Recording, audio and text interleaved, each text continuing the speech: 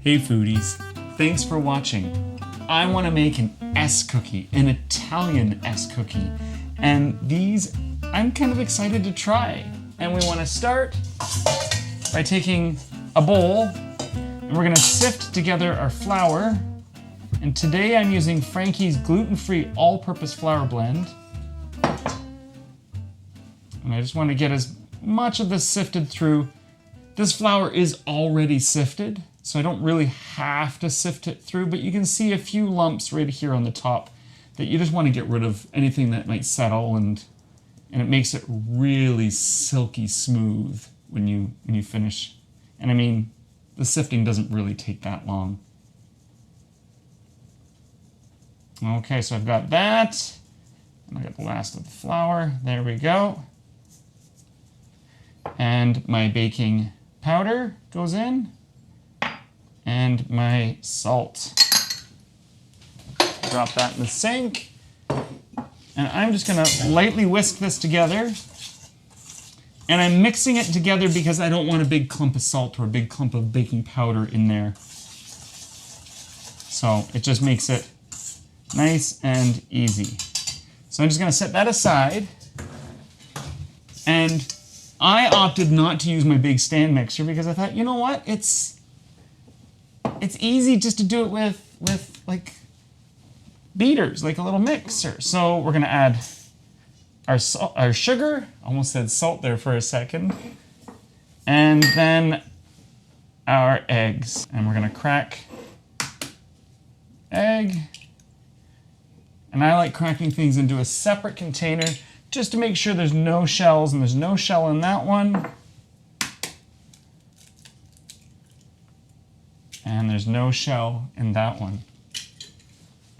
Okay, and then I'm just gonna beat this for about 3 to 4 minutes until it's nice and light and frothy.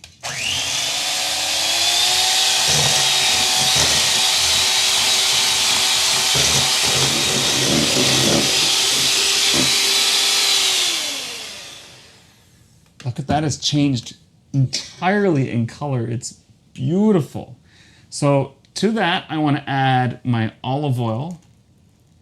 And an S cookie is a real traditional Italian cookie. And I thought, oh, I could add butter. And I'm like, no, it's Italian, gotta add olive oil. And then I've got some vanilla extract. And nothing says fresh like some freshly zested lemon. And I'm just gonna zest this up.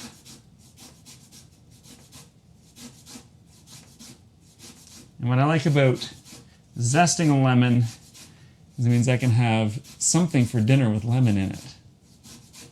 Either a squeeze of lemon, or maybe have it with some tea, because I don't eat the zest typically unless I'm baking with it. And do make sure you wash the lemon before you zest it. Almost there, a little bit more. Oh, it smells so good. Oh.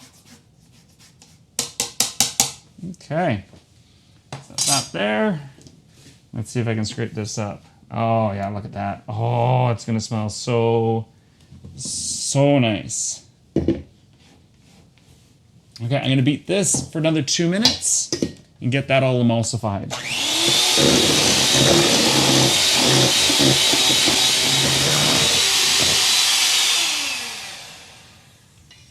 There we go, that's it for the beaters.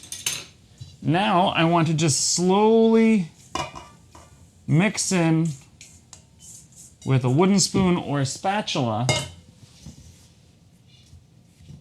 my flour. It's going to be a rather wet dough.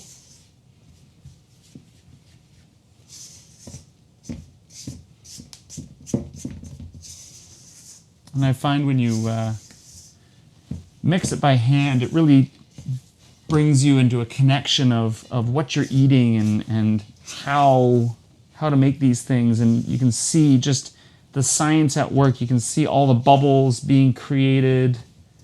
It's quite nice to see. And it's still pretty wet, but I think we're going to be able to work it.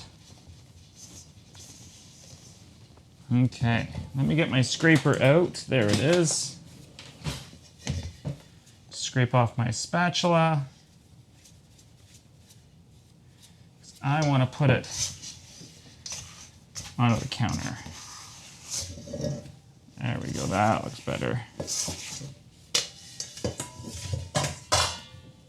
That looks really nice.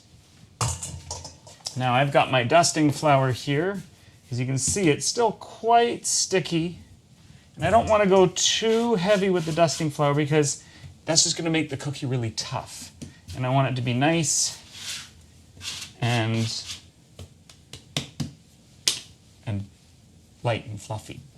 Okay, so I've got a parchment paper lined baking sheet here. I'm going to set it there. And then I've got a portion scoop. You can use the equivalent of like 2 tablespoons. And I'm going to roll it out between my fingers. I'm just going to lightly dust my hands. That's better. And then on the parchment paper, oh, I think I messed that one up already. Let's do that again. Okay. So I'm looking to rolling it out to about, come on, don't be so sticky. Maybe we need a little bit more flour on there. There we go. That's better. Okay, so now, how does a nest go?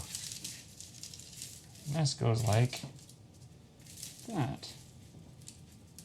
Okay, and I'm going to do that again with the next one. So, about 2 tablespoons. Just a tiny bit more flour. And I'm rolling it out to about 15 centimeters or 6 inches.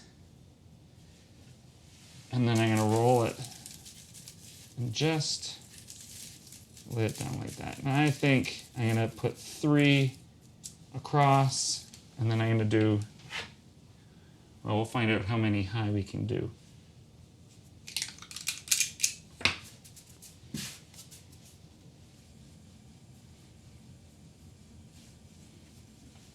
Okay, that is 1 tray done. I think it looks absolutely beautiful. So now for this tray, what I want to do is I'm going to crack an egg. And I only want the egg yolk. So I'm just going to pull the egg yolk out with my fingers. Come on. There we go. I'll set the white aside.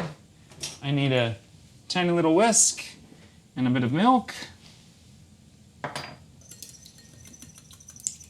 And I'm going to whisk that. Okay. And then I'm going to brush all of these with the egg mixture, trying not to change my S shape to something else.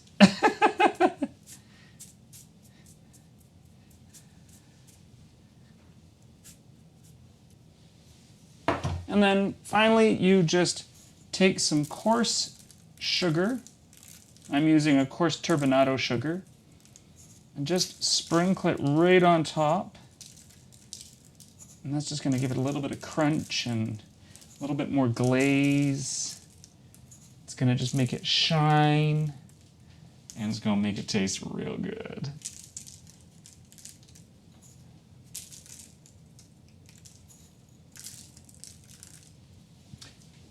So I'm going to put these into my preheated oven of 350 degrees Fahrenheit or 175 degrees Celsius for 18 minutes. I'm going to finish these off and we're going to see what they look like when we're all done.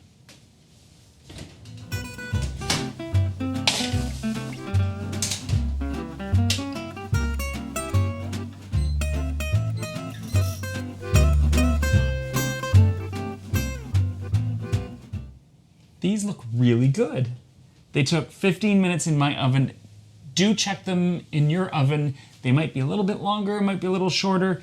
I really like how they golden right up and they smell delightful. I can't wait to dip this into like an espresso or a cappuccino or even just a nice hot chocolate or something like that. Look at the bottom, nicely browned, and oh yeah, it has a nice little like firm outside crust. Smells really nice. I think all that's left to do is give it a try. So I'm just gonna break off part of the S. Oh, look at the inside. Nice, dense in there.